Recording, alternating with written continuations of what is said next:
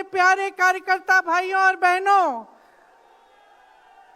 दिल्ली की हवा में आप सबका स्वागत। खास तौर से मेरे यूपी के जो भाई बहन हैं, आपने बहुत मेहनत की है, आपको बहुत बहुत स्वागत। कोहरे में आप आज सुबह सुबह ठंड में निकले, मैंने आपके वीडियो देखे, आपकी फोटो देखी, इसके लिए बहुत बहुत धन्यवाद। जरा एक बार जोर से, इतनी जोर से नारा लगाइए कि यहां से गूंजता हुआ प्रधानमंत्री निवास तक जाए, वोट चोर, वोट चोर, वोट चोर। ये वोट क्या है, इसकी कीमत क्या है हमारे जीवन में, इसको समझना बहुत जरूरी है। बहुत समय पहले जब आजादी की लड़ाई शुरू हो रही थी और नेहरू जी जगह जगह जाते थे लोगों से मिलने के लिए, तो एक नारा गूंजता था। जब वो पहुंचते थे तो देश की जनता भारत माता की जय जयकार करती थी। उस समय नेहरू जी ने इस बात का उल्लेख किया कि भारत माता क्या है। उन्होंने कहा कि भारत की प्राकृतिक संपत्ति, भारत की नदियां, भारत के पहाड़, भारत के खेत तो भारत माता है ही, लेकिन भारत की जनता, भारत का एक एक बेटा, एक एक बेटी, जो इस धरती का पुत्र है, जो इस धरती की पुत्री है, वे सब भारत माता के अंश हैं। वे सब एक तरह से भारत माता ही हैं। और इसी सोच, इसी भावना ने हमारे संविधान को बनाया। इसी भावना ने आप सबको एक एक वोट दिया, जिससे आपका सबसे बड़ा अधिकार सरकार को चुनने का, सरकार को गिराने का आपको मिले। इसी सोच ने, इसी भावना ने इस तरह की संस्थाएं बनाई कि लोकतंत्र को मजबूत रखें। कैसी संस्थाएं थी ये? न्यायपालिका, मीडिया, संसद, ये राजनीतिक दल जिसका हम भाग हैं, विपक्षी दल, सत्ता पक्ष के जो नेता हैं वो, चुनाव आयोग, ये सब जनता के हित की रक्षा के लिए बनाए गए। इसीलिए जब आज हम देखते हैं कि इन सब संस्थाओं को कुचला जा रहा है, तो एक एक भारतवासी को उठना चाहिए, जागना चाहिए और ये समझना चाहिए कि जो वार हो रहा है वो सिर्फ इन संस्थाओं पर नहीं, लेकिन हम सब पर, आप सब पर, एक एक देश के पुत्र पर, एक एक देश की पुत्री पर वार हो रहा है। और इसे समझना बहुत ज्यादा जरूरी है। आज न्यायपालिका दबाव में है। सारी मीडिया, मेरे भाई बहन मीडिया के जो यहां खड़े हैं, बेचारे मजबूर हैं। सारी मीडिया या अडानी जी की है या अंबानी जी की है।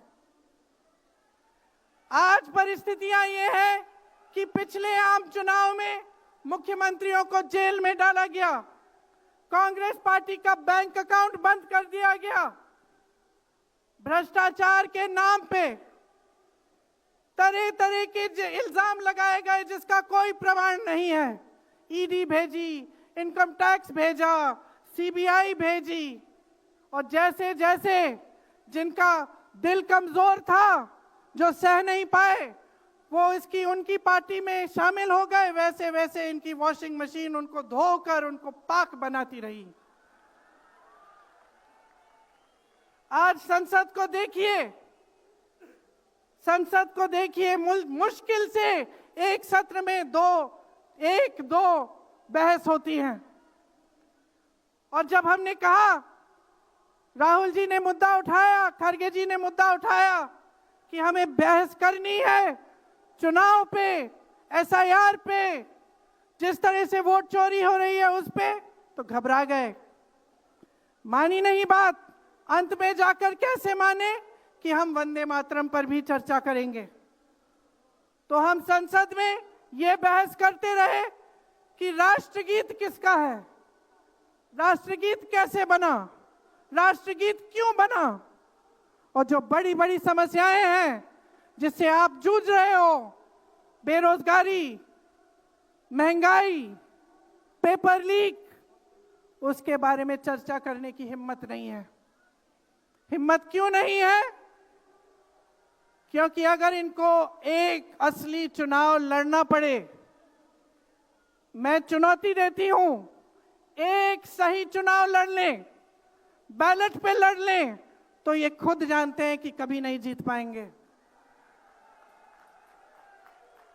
आज आपको मायूस होने की जरूरत नहीं है कि बिहार का चुनाव हार गए, क्योंकि पूरा देश देख रहा है कि ये चोरी से जीतते हैं। राहुल जी ने प्रेस कॉन्फ्रेंस की, पहले हरियाणा की बात बताई, महाराष्ट्र की बात बताई, कर्नाटक की बात बताई, बिहार में एसआईआर करके 65 लाख वोट काट दिए गए। और अगर ये सारे प्रमाण आप अलग कर दें तो एक साफ और साधारण बात सामने आती है। आचार संहिता के समय 10-10 हजार रुपए आप पहुंचा रहे हो, कोई आपको रोक नहीं रहा है। चुनाव आयोग आंख बंद कर रहा है, आंख मूंद रहा है। तो अगर ये चुनाव चोरी नहीं है तो क्या है? इनके पास जवाब ही नहीं है। ये जानते हैं कि आज के दिन जनता इनसे नाराज है। देखिए, हिले हुए लगते हैं। संसद में मैं देखती हूं, आत्मविश्वास घट गया है, आंखों में आंख मिलाकर नहीं देख पाते, सामने से गुजरते हैं तो यूं आंख झुका देते हैं। आत्मविश्वास कम हो गया है, घट गया है, अपने आप में विश्वास घट गया है, क्योंकि जनता का विश्वास भाजपा से, इनकी सरकार से, प्रधानमंत्री मोदी जी से, अमित शाह जी से सबसे हट चुका है।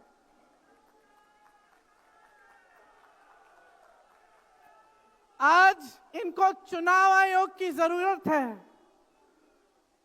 चुनाव आयोग के बिना ये चुनाव नहीं जीत सकते। और याद रखिए, चुनाव आयोग के जो मुख्य जो 3 अधिकारी हैं, उनके नाम आप याद रखिए, कभी मत भूलिए इनके नाम, क्योंकि ये आज हमारे लोकतंत्र पर वार कर रहे हैं।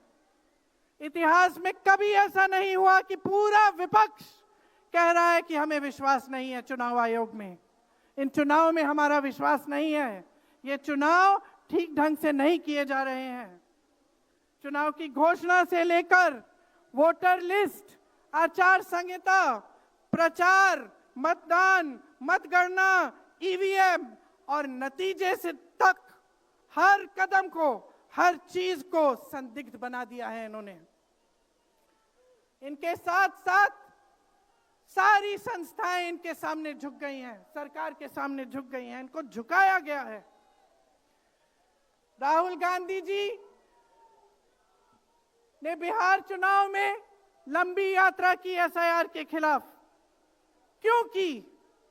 क्योंकि एसआईआर में ये वोट काटकर चुनाव का नतीजा अपने पक्ष में करना चाह रहे थे। अब यूपी में शुरू हो गया है, 3 करोड़ नाम काटे गए हैं यूपी में। कितना योग्य है ये चुनाव आयोग भाजपा के लिए?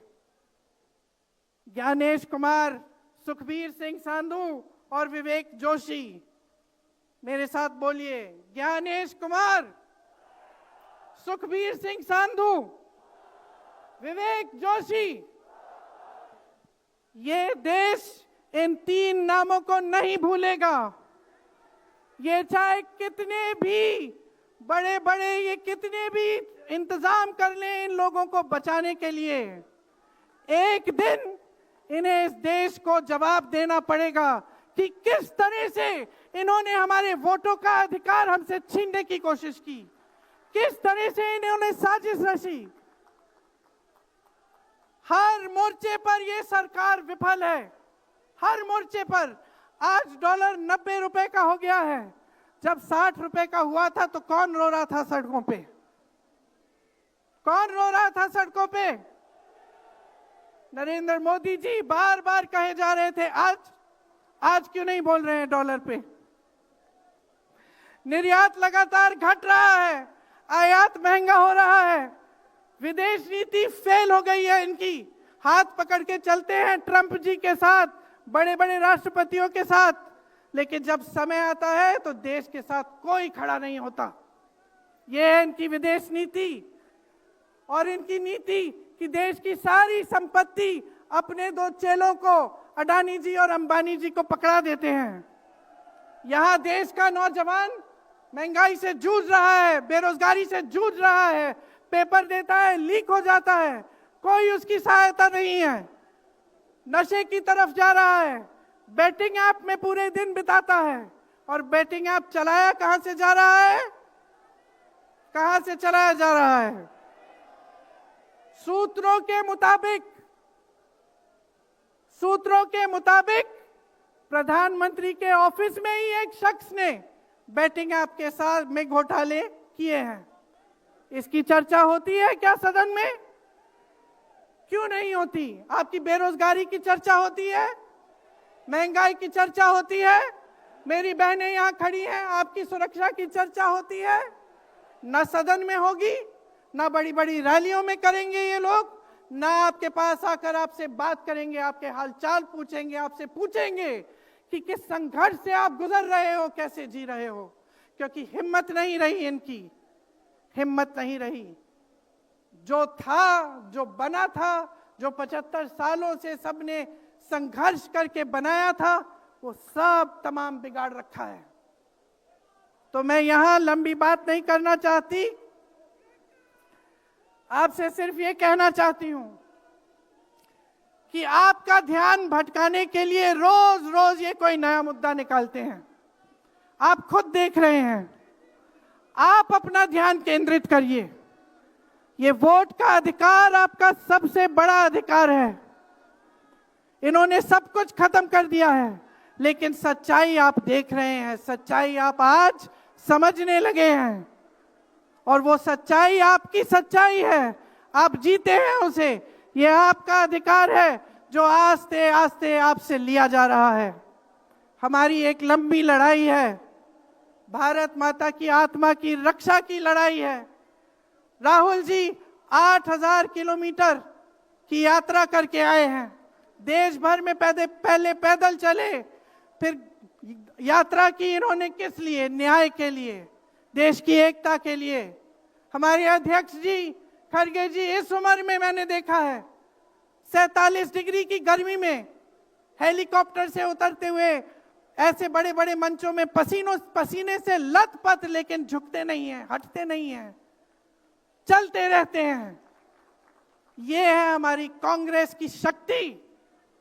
ये वही शक्ति है जिसने स्वतंत्रता संग्राम में हमें आजादी दिलाई।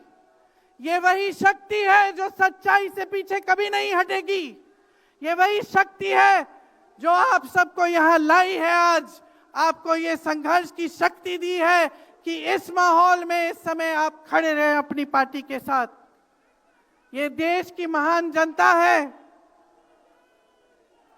और हम अपना दायित्व समझते हैं, अपना धर्म समझते हैं कि हम आपके वोट की रक्षा करें, संविधान की रक्षा करें और आपके अधिकारों को मजबूत करें।